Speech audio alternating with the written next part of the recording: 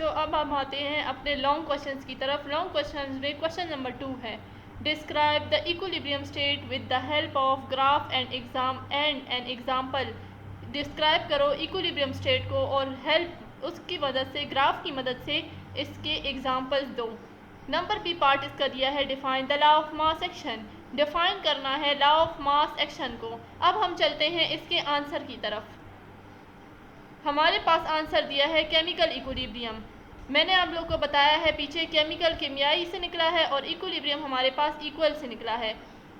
Equilibrium हमारे पास बराबर को कहते हैं। तो हमारे पास, मैंने पीछे चैप्टर में आप लोग को पढ़ाया है कि हमारे पास केमिकल इक्विलिब्रियम क्या है। तो आप लोगों ने इसको पढ़ना है और कॉपी में उतार के इसे याद करना है। ये सारा हमारे पास केमिकल इक्विलिब्रियम है और फिर हमारे पास ये ग्राफ दिया गया है कि ग्राफ के ज़रिए हमने एग्जाम्पल इसको देनी है। Example of chemical equilibrium. Example ये है हमारे पास sodium oxide plus oxygen. Sodium oxide और ऑक्सीजन को मिला के हमारे पास जो बनता है सोडियम ऑक्साइड, तो ये हमारे पास प्रोडक्ट हुआ और ये दो हमारे पास रिएक्टेंट्स हुए।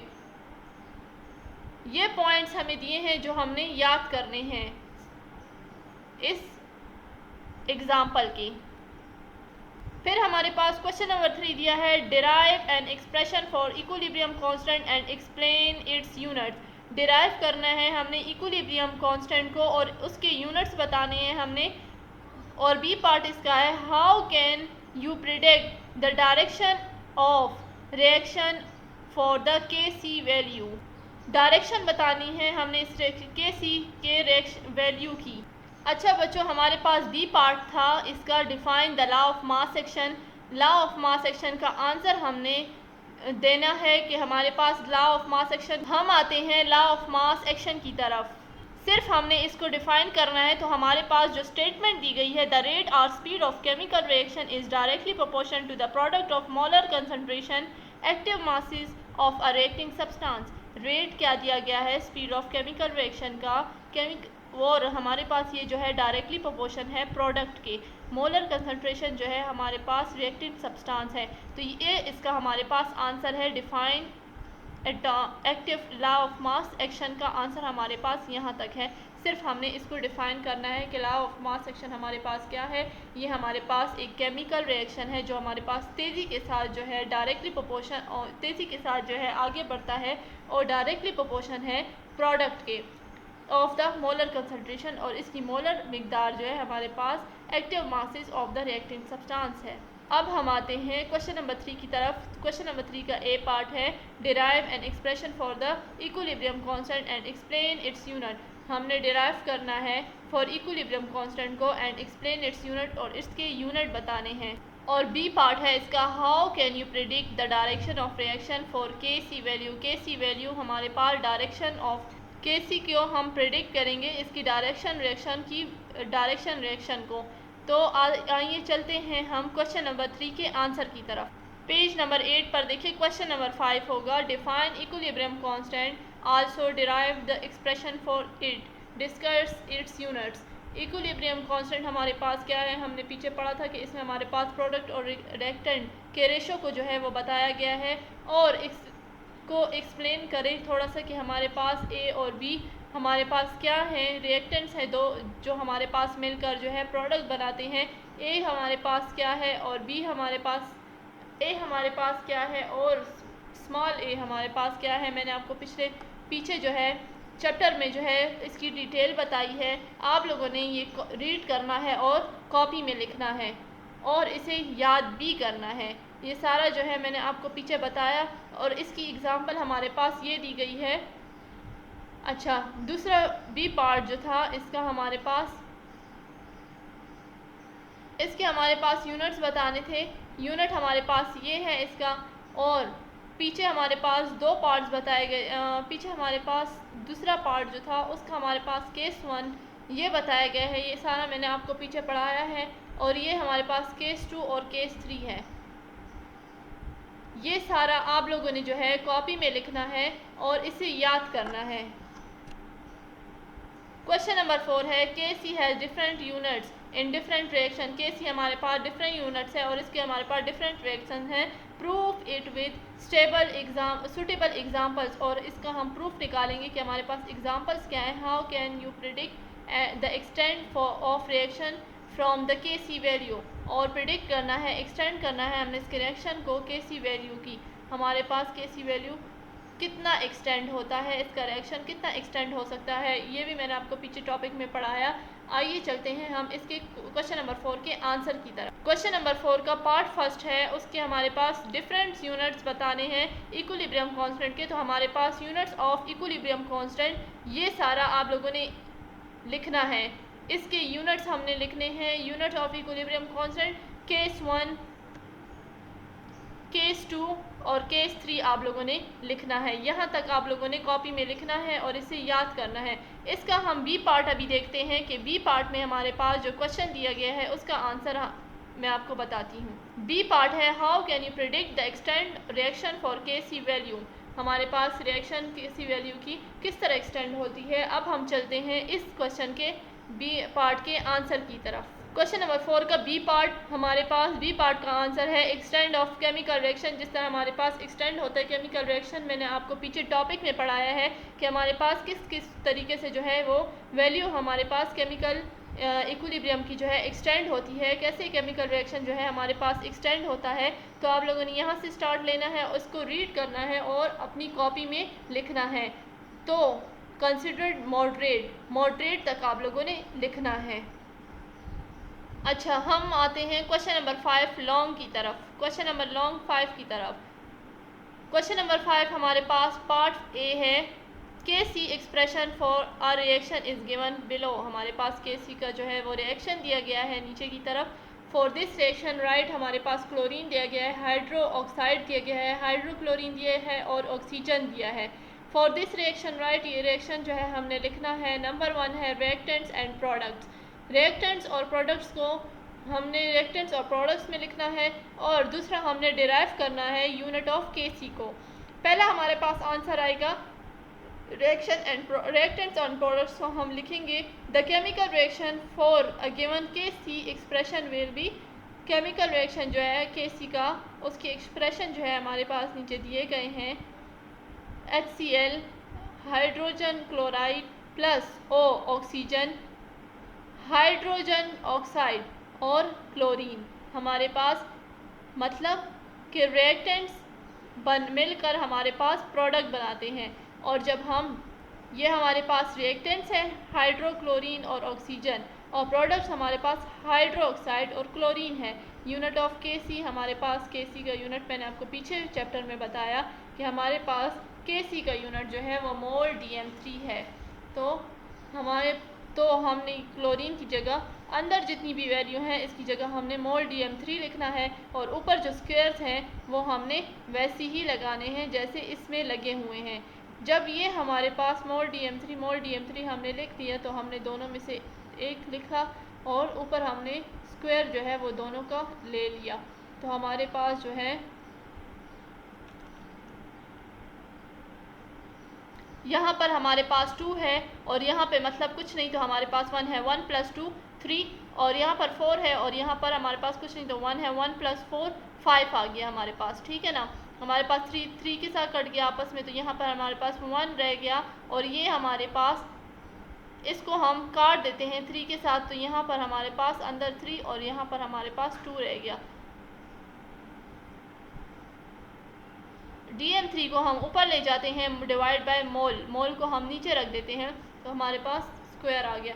तो ये Kc यूनिट हमारे पास Kc यूनिट आ गया L divide by mole square, L square divide by mole square, ये हमारे पास 1 Dm3 के बराबर है, मतलब इज इक्वल टू 1 लीटर के बराबर है। क्वेश्चन नंबर लॉन्ग का part, question number 1 long question answers में हमारे पास लॉन्ग क्वेश्चन आंसर का क्वेश्चन नंबर 1 जो है वो हमारे पास ये है SO3 डिकम्पोजेज SO3। हाँ, सोडियम ऑक्साइड जो है हमारे पास जब सोडियम ऑक्साइड की जब हमारे पास तोड़ होती है to form sodium oxide and oxygen और sodium oxide for this reaction right. तो हम उसका रिएक्शन जो है इस तरह लिखते हैं, केमिकल इक्वेशन पहला हमारे पास केमिकल इक्वेशन होगा, दूसरा हमारे पास केसी एक्सप्रेशन और तीसरा हमारे पास डिराइव्ड। हमने इन तीनों में लिखना है डिराइव्ड यूनिट ऑफ केसी। तो हम पहले लिखेंगे केमिकल इक्वेशन। केमिकल इक्वेशन में हम किस तरह से लिखेंगे, SO3 is for backward and forward reaction SO2 plus O2 हमारे पास ये प्रोडक्ट है और ये दो हमारे पास रिएक्टेंट्स हो गए। दूसरा हम लिखेंगे तो ये हमारे पास केमिकल इक्वेशन बन गया। केसी एक्सप्रेशन अगर हम का इक्विलिब्रियम कांस्टेंट एक्सप्रेशन में लिखते हैं तो हम लिखेंगे Kc इज इक्वल टू, मैंने कहा था कि हमारे पास इक्विलिब्रियम कांस्टेंट में जब हम लिखेंगे किसी भी वैल्यू को तो हमारे पास इस तरह आएगा, मगर अगर हम यूनिट में लिखेंगे तो अंदर वाली हम मोल DM3 में चेंज कर देंगे इसको। SO2 O2 divide by SO3, ये दो हमारे पास प्रोडक्ट्स है डिवाइड बाय, ये दो हमारे पास रिएक्टेंट्स हैं डिवाइड बाय हमारे पास product. Equilibrium constant is equal to reactant divide by product. Reactant को जब हम प्रोडक्ट को डिवाइड करते हैं तो हमारे पास इक्विलिब्रियम कांस्टेंट आता है। थर्ड वन इज हमारे पास यूनिट ऑफ केसी। अब हम इसको यूनिट ऑफ केसी में चेंज करेंगे, इसको और इसको हम मोल DM3 में लिख देंगे तो हमारे पास जो है ये दोनों जो है प्लस होके 2 + 1 यहाँ पर 3 हो जाएगा, ये आपस में कट जाएगा तो यहाँ पर 1, मतलब ये कट गया, 3 और 3 कट गया तो यहाँ पे हमारे पास 1 रह गया, तो ये हमारे पास सिर्फ एक ही रह गया। ये ऊपर मतलब इसको जो है 2 + 1 करेंगे तो हमारे पास 3 आ जाएगा, मोल DM3 इसका हमारे पास आंसर है मोल DM3। एक्सरसाइज है चूज द करेक्ट ऑप्शन। ये मैंने आप लोग को पीछे रीड करके बताए हैं, इसके आंसर ये सारे MCQs जो हैं मैंने आपको रीड करके बताए हैं, इसके सारे के सारे आंसर्स मौजूद हैं। ये आप लोगों ने कॉपी में लिखना है, पहले रीड करना है, फिर कॉपी में लिखना है और फिर इसे याद करना है। अब आते हैं हम शॉर्ट क्वेश्चंस की तरफ। Right short answer of the following question. Define chemical equilibrium state with 2 examples. Equilibrium को डिफाइन करो और 2 एग्जांपल्स दो। A reversible reaction is said to be in equilibrium state when the rate of forward reaction equals the rate of reverse reaction. एक उलट रद्द-ए-अमल कहा जाता है जब तवाज़ुन की हालत में हो, जब फॉरवर्ड रिएक्शन की शरह रिवर्स रिएक्शन की शरह के बराबर हो जाती है। Examples: oxidations of sulfur dioxide to sulfur trioxide in example of chemical equilibrium. Oxidation होती है सल्फर डाइऑक्साइड की टू सल्फर ट्राइऑक्साइड में, इज़ एन एग्जांपल ऑफ, जो हमारे पास एक मिसाल दी गई है केमिकल इक्विलिब्रियम की। सल्फर ऑक्साइड हमारे पास ऑक्सीजन के साथ मिलकर सल्फर ट्राइऑक्साइड बनाता है। Reaction of hydrogen and iodine of the form hydrogen iodine is also an example of chemical equilibrium. Hydrogen और आयोडीन है हमारे पास, हाइड्रो आयोडीन बनाता है। 2 रिएक्टेंट्स हैं जो हमारे पास मिलकर प्रोडक्ट बनाते हैं। ये 2 रिएक्टेंट्स हमारे पास मिलकर प्रोडक्ट बनाते हैं। These 2 reactions never go to completion and in these reaction the rate of forward reaction is equal to the rate of reverse reaction. 2 reactions हैं जो हमारे पास कुछ रिएक्शंस करते हैं। Forward reaction is equal to backward reaction और हमारे पास forward reaction जो है वो इक्वल होता है बैकवर्ड रिएक्शन के। How would you identify that dynamic equilibrium is established. Dynamic equilibrium को हम कैसे आइडेंटिफाई करेंगे और स्टेब्लिश करेंगे। 2 मेथड्स एग्जांपल, 2 मेथड्स हैं। Physical and chemical methods are used for identifying that either dynamic equilibrium is established or not. In both methods, the concentrations of products and reactants are checked after regular interval of time, and when the concentration of reactants and products attain a constant value after several readings, then the reaction is said to be in equilibrium. शनाख्त करने के लिए 2 तरीकों यानी जिस्मानी और कीमियाई तरीके इस्तेमाल किए जाते हैं कि ये या तो मुतहर्रिक तवाज़ुन कायम है या नहीं। दोनों तरीक़ों में मसनूआत और रिएक्टेंट्स के हरास्ती को बाकायदगी से वक्फे के बाद जांच लिया जाता है, और जब रिएक्टेंट और मसनूआत कई मरतबा पढ़ने के बाद मुस्तहकम कीमत हासिल करते हैं तो कहा जाता है कि अदम तवाज़ुन में है। नंबर 3 है compare the different microscopic characteristic of a forward and reverse reaction. Microscopic characteristic में हम फॉरवर्ड और रिवर्स रिएक्शन को किस तरह डिफरेंशिएट कर सकते हैं। इसके difference between the forward and reverse reaction, difference क्या है फॉरवर्ड और रिवर्स रिएक्शन का। Forward reaction, in forward reaction reactants react to the form of product, forward reactants जो है वो रिएक्ट करते हैं रिएक्टेंट्स फ्रॉम प्रोडक्ट्स के साथ। In reverse reaction products react to form, reverse reaction जो है वो प्रोडक्ट के साथ रिएक्ट करता है फ्रॉम रिएक्टेंट्स, और रिएक्टेंट्स हमारे पास बनाता है। The direction of forward reaction is left to right, direction forward reaction जो है उसकी डायरेक्शन हमारे पास लेफ्ट टू राइट होगी। The direction of reverse reaction is from right to left, और डायरेक्शन जो है हमारे पास रिवर्स रिएक्शन की राइट टू लेफ्ट होगी। The rate of forward reaction is fast in the beginning of the reaction, forward reaction जो है उसका रेट हमारे पास फास्ट होगा, और रिवर्स रिएक्शन का हमारे पास जो है वो नज़र नहीं आएगी, निग्लिजिबल होगी, जो हमारे पास नज़र नहीं आती। फॉरवर्ड रिएक्शन जो है वो हमारे पास slowly down graduate with the passage of time, forward reaction हमारे पास स्लो जो है वो आगे बढ़ेगा, रिवर्स रिएक्शन जो है हमारे पास तेज़ी के साथ बढ़ेगा।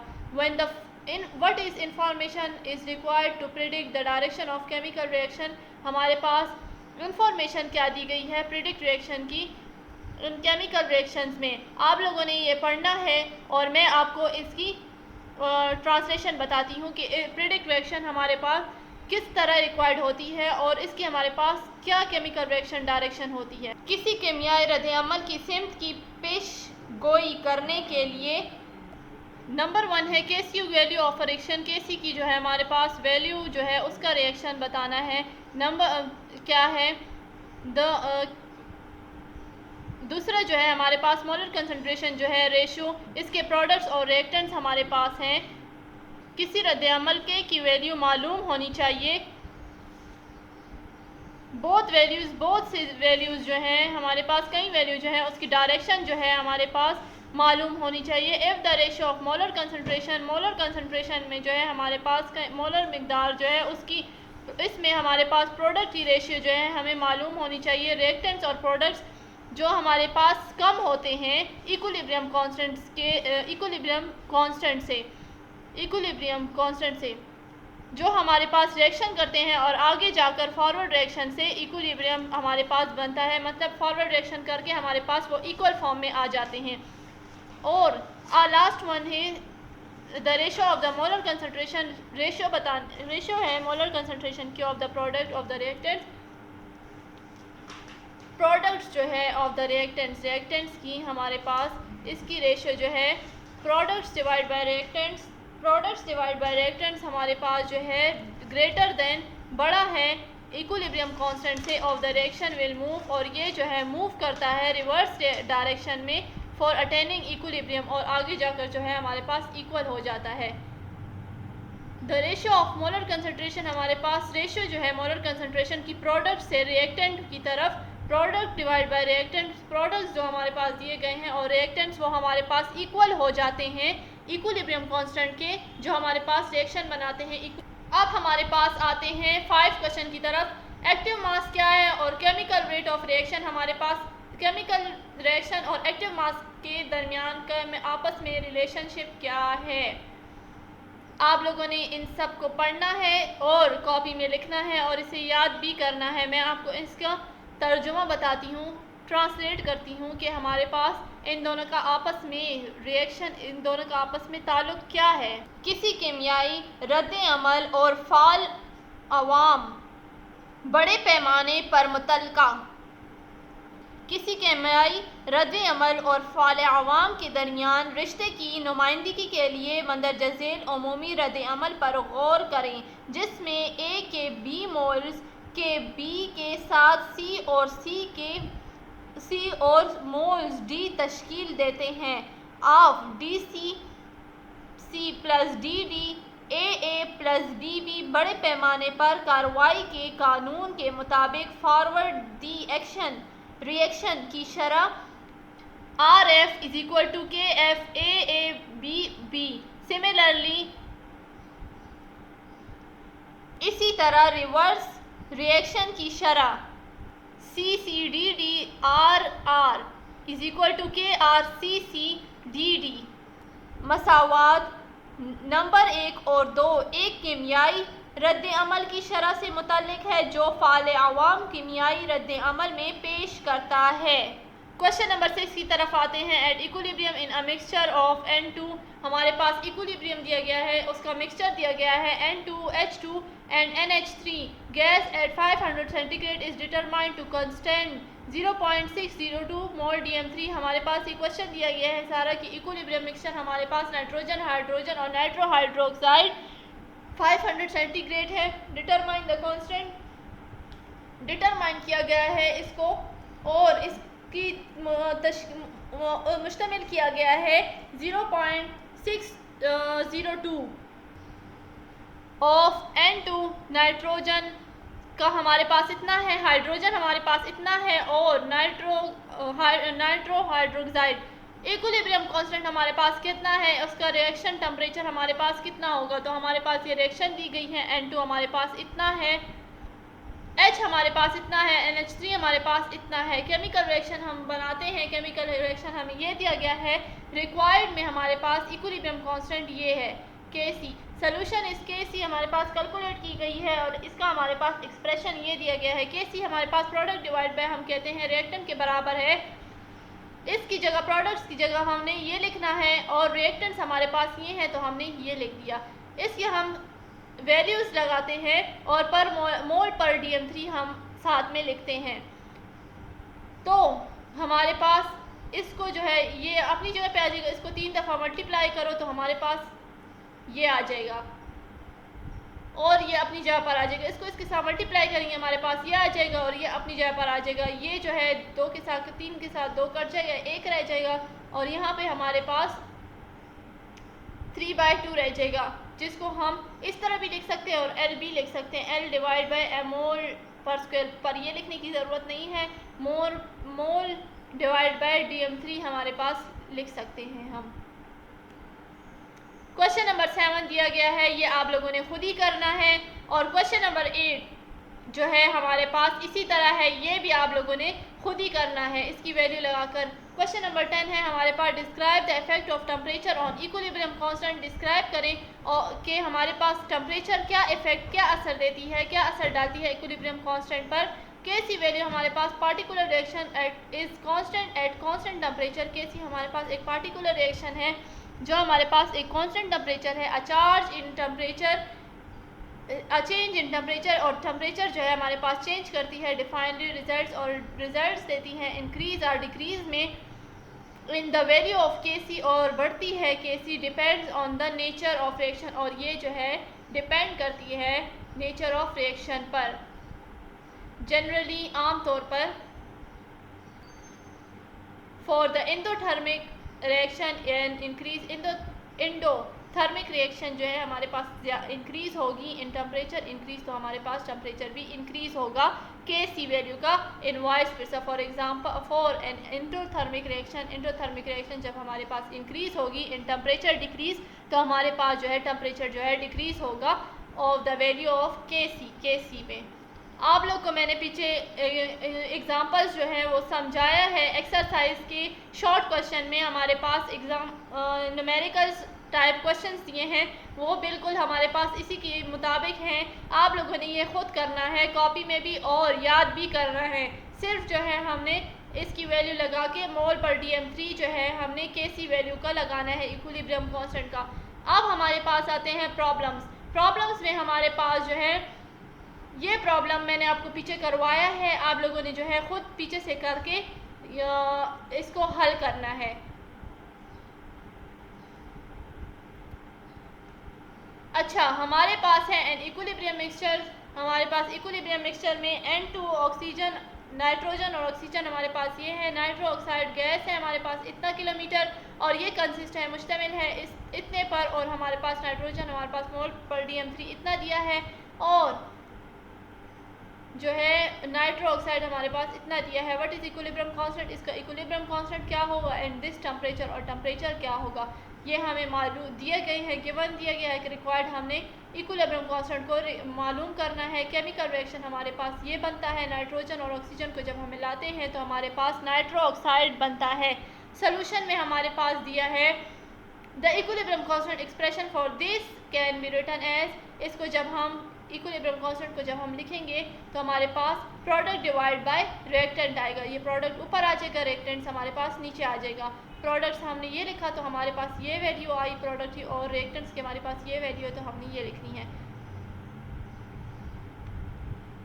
इसको आपस में मल्टीप्लाई करना है। 5 2 ज़ा 10 और 3 2 ज़ा 6 आता है यहाँ पर, और इसको आपस में मल्टीप्लाई करके यहाँ पर हमने लिखना है। तो हमारे पास 1.11 और मल्टीप्लाई इसको आपस में जब डिवाइड करेंगे हम तो 10 मल्टीप्लाई ये नीचे से जब ऊपर जाएगा तो यहाँ पर माइनस है तो यहाँ पर प्लस हो जाएगा। +6 KC इज इक्वल टू, इससे माइनस प्लस 6 प्लस माइनस 10 से 6 निकालो हमारे पास 4 आ जाएगा। और यहाँ पर जो है हम ज़ीरो से पॉइंट इधर लेकर आएंगे तो हमारे पास ये -5 हो जाएगा पर मोल DM3। इसके साथ हमारा आज का फर्स्ट चैप्टर कंप्लीट हुआ। तब तक के लिए फिर मिलेंगे इंशाल्लाह, फिर मिलेंगे। तब तक के लिए हमें इजाज़त दिए।